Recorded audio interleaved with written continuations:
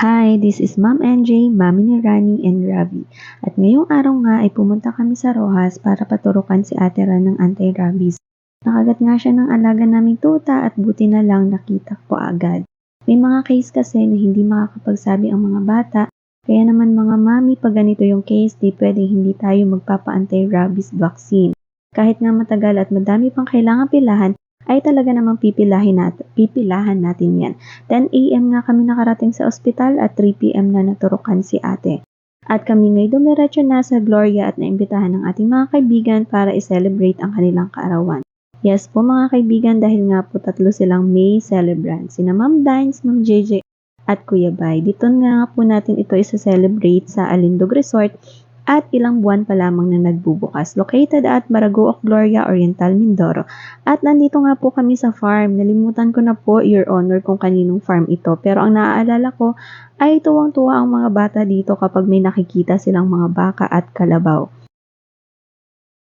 At nakarating nga kami dito sa Alindog Resort at talaga namang mapapaindayog ka sa Alindog dahil bukod sa maganda yung lugar ay napaka-peaceful din. Sobrang excited nga nitong dalawa na maligo sa pool dahil matagal na silang nagyayaya, kaya lang ay hindi talaga natutuloy ang aming pagsuswimming sa pool. Kami nga lang magkakaibigan at pamilya ng bawat isa ang nandito. O diba, lakas ng friend namin, pinaklose yung resort para sa amin. Joke! Syempre special thanks sa manager ng resort, Sir San Soverano, at sa may-ari ng resort, Kuya Valiant and family. Thank you po sa generosity and pagtanggap sa amin. At pag nga kami ay nagkakaroon ng gatherings, mas comfortable nga kami kapag kami-kami lang at mayroong privacy. Napakaganda nga nitong lugar at syempre napakadami ding pagkain. At ang pinaka nag-enjoy talaga dito ay ang mga kids. Pinagbawalan ko nga ding maligo sa Ate Ran niya pero ayan, di pa pigil. Diyan lang daw siya sa gilid.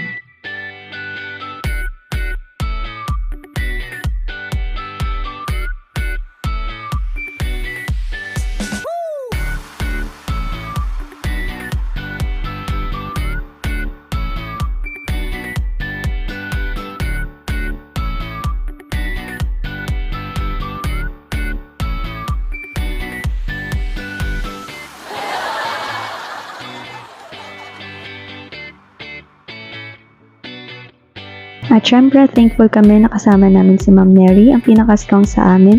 Sa kabila ng mga pagsubok ay nanatiling matatag kasama ang kanyang apo na si Ethan. Dumating na nga din ang isa sa mga celebrant na si Ma'am Gigi, kaya yung kaninang maraming pagkain ay mas lalo pang dumami at nagdagdagan ng isa pang table.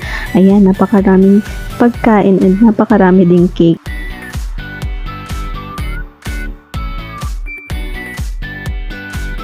Bukod nga sa selebrasyon ng kaarawan, para sa akin ito din ay selebrasyon ng aming pagsasama-sama after ng isang buong taong panuruan.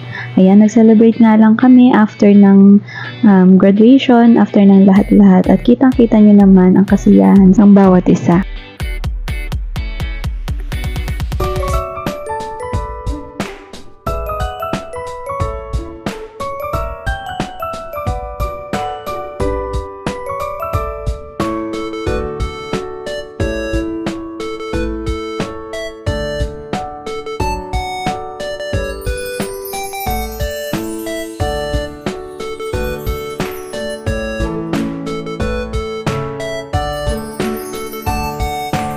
Sana'y matupad pa ang inyong mga pangarap at bigyan pa ng mahabang buhay kasama ang mga nagmamahal sa inyo.